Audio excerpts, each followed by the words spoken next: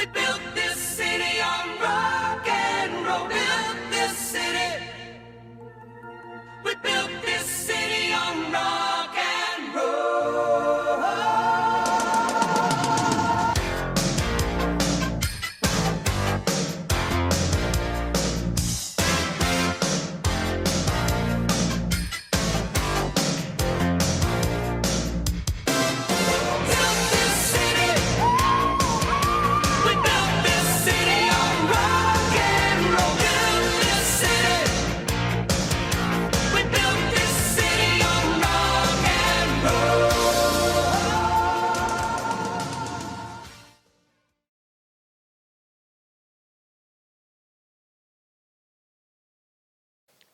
Hey there, Mustangs, and welcome to school for the week of October 18th.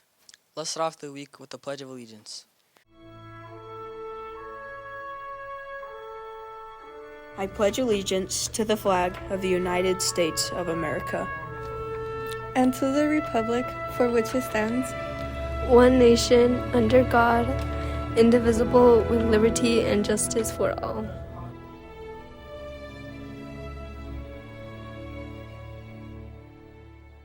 Thank you. Job well done. Let's see what's happening at Westlake this week.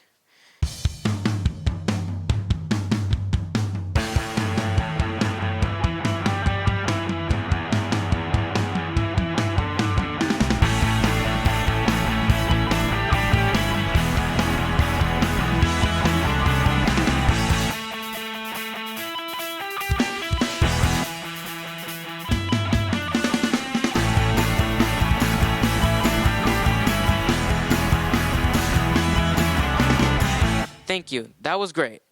Let's get another Keep to the Code reminder.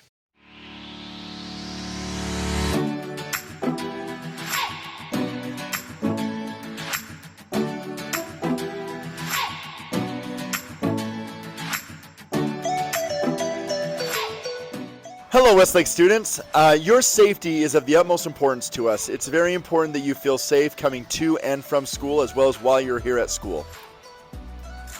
Hi guys, I want to remind you that having transportation services is a privilege, right? It's not a right, it's a privilege, and we're happy to provide that privilege to you guys as long as we're being safe and respectful to our peers. And for that very reason, we are going to address our needs of a school for your bus safety here in this video. Hi, I'm Dr. Gaddy. I'm the Director of Transportation for the Granite School District. I'm the person who's in charge of all the school buses that you ride to school. Granite Transportation understands that Westlake Junior High had a pretty big event happen where the school was destroyed by an earthquake. One of our main goals every day is to get the entire Westlake student body from West Valley City all the way up to the old Westbrook campus to go to school each day. In order for us to be able to do that, we just need you to do a couple of things for us. And so we're going to cover those things. Know this, the only thing more important to us than transporting you to school is transporting you to school safely. So we're just going to cover a couple of things on a video today so that we all kind of understand what the expectations are. Dr. Gaddy and I are going to review the expectations for when you're on a bus going to and or from school. Let's start with when you're outside. Before you get on the bus, make sure that all items that are not needed for the bus ride are put away. This includes water bottles and other items. They need to be put away and not out on the bus ride. All right, guys, the great news about school bus rules is they're super easy. There's nothing real hard about it. Rule number 1 is be safe, be kind, and be on time. This means safety is the most important thing. That's why it's the first thing of the first rule. That means we're not running around the bus, we're not roughhousing in the bus. The driver has all of the open road that they've got to be paying attention to, and if they're distracted taking care of your business, they could be involved in a very bad accident and really hurt a lot of people. So we want to be safe, be kind. Folks, be kind to each other, be kind to the driver, be kind to yourself, be kind to other motorists. Don't throw things out the window, don't do things like that. Those are problems when those things happen. And then be on time. We always encourage you to be to your stop 3 to 4 minutes before the posted time. That way, if traffic's extremely light that day, we're not holding up traffic on a main road waiting for you to get there. All right, rule number 2 is be respectful. All of us know what it feels like when people are respectful to us, and we're just asking you to be respectful to everybody on the bus. your friends, kids that you know from school, the bus driver. If you're respectful to everybody, generally we don't have a lot of problems on the bus. So remember to be respectful. Number 3 of the rules, as you see, is kaifuti. Just like at our school, we got to keep our hands, feet, and body parts to ourselves. That way everyone travels in safety without harm, and so just keep your body parts to yourself when you're on the bus. Rule number 4 is back pockets on the seat. Here's what that means. You see this person sitting there? That means that my back pockets are sitting on the seat and I'm facing forward. My knees are not in the aisle, nothing's hanging in the aisle. The reason we do this, just so you understand, is school buses are built with what's called compartmentalization as a safety feature. There's no seat belts on school buses, and we get that question a lot. Here's how school buses are designed to work. If we get into a collision, I'm gonna go forward, this seat will bend and throw me back into my seat, and that is in a replacement of a seat belt. It's called compartmentalization. If you're not seated with your back pockets on the seat, compartmentalization will not work, and you could be injured in the event of a school bus accident. So please help us keep you safe by having your back pockets on the seat. The last rule is to use your inside voice. So when you're on a bus, it is okay for you to talk to your friend, but the whole bus doesn't need to hear your conversation. So please be mindful of using an inside voice, meaning that we're not shouting, we're not yelling, and also please remember to use appropriate language when you're on the bus so that everyone's able to have an enjoyable time when they're on their bus getting home from their day or on their way to school at the start of the day. All right, so now that we've reviewed all of the expectations, we want to talk about what happens when we don't follow the expectations for safety on a school bus. It's really a simple kind of a 3 strikes, like a baseball analogy, and I'm just going to show you this bus conduct write-up form, and I know you probably can't see it real good, but what basically happens is the first time that you violate the rules of the bus, your driver more than likely is going to give you a verbal warning. Hey, let's make sure we're sitting with our back pockets on the seat, or hey, let's use our inside voice. If we continue to do some of those things, your driver is going to issue to you a written citation. The first one's just a warning, and it'll have a number 1. They'll fill in a number 1 that it's your first warning. And that's just a reminder to you, reinforces for you, I've got to change my behavior, I've got to fix it. It's between you and your parents at that point. If we continue to have problems with either the same student or the same behavior, we're going to issue a second one of these to you, and it's going to have a big number 2 written in here. And what that number 2 triggers here in my office is myself or one of my supervisors calls home and speaks to your parents about the behavior, and they'll cover both of the conduct violations you have. It's really important that you understand that on number 2, we give your parents the warning that if a third bus conduct violation is received, you're then suspended for increasingly longer amounts of time from the bus. That means your parents are going to have to get you back and forth to school, and man, you're a long ways away. It's not going to be very convenient for you. So we hope that number 1 violation, you're able to fix the behavior.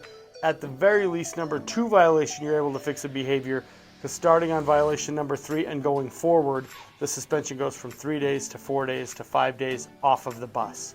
And so hopefully that gives you a good preview of what our expectations are and what happens if you violate those expectations. Again, the only thing more important for us than getting you to school is getting you to school safely. So have a great day. Go Mustangs. So students, as you've seen throughout this video, we've all been involved in creating this video about safety because at the end of the day, as your principal, I care about you, I care about your safety.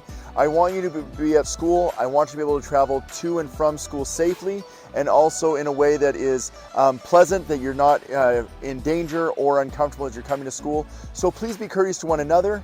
And as we've discussed, there are consequences if you don't. But more importantly, just do the right thing. Be courteous, be kind, follow those rules, and let's be positive on the buses and follow those rules so everyone gets to and from school safely.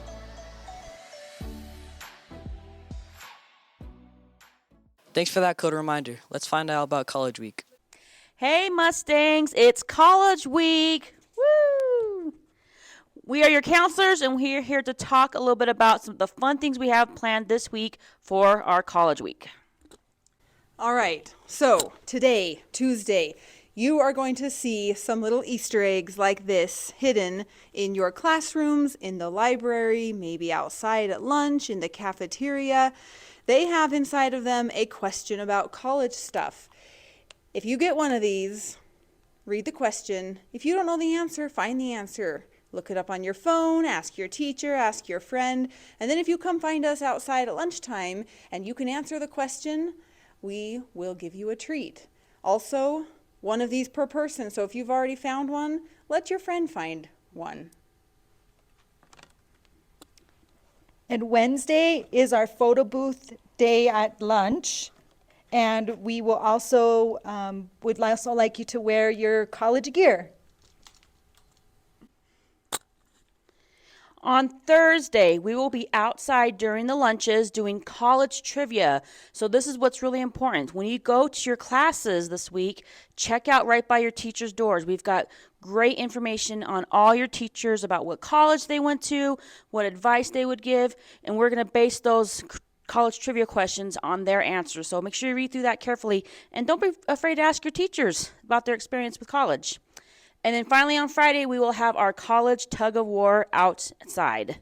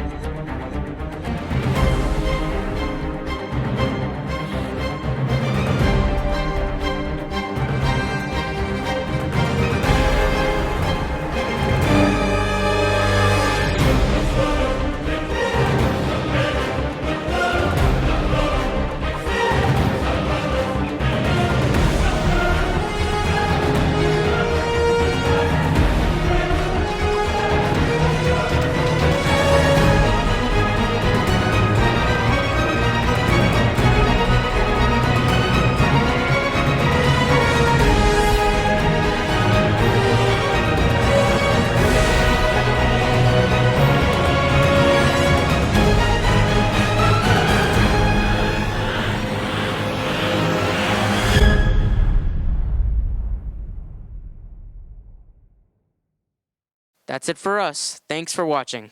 This is Mustang Media.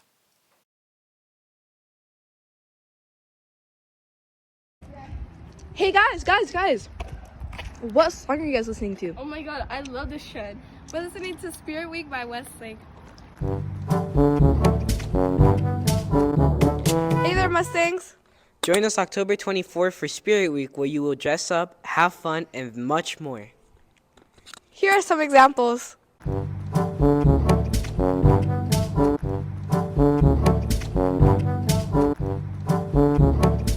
Thank you, Mustangs! We hope you participate in Spirit Week, and we hope you have fun.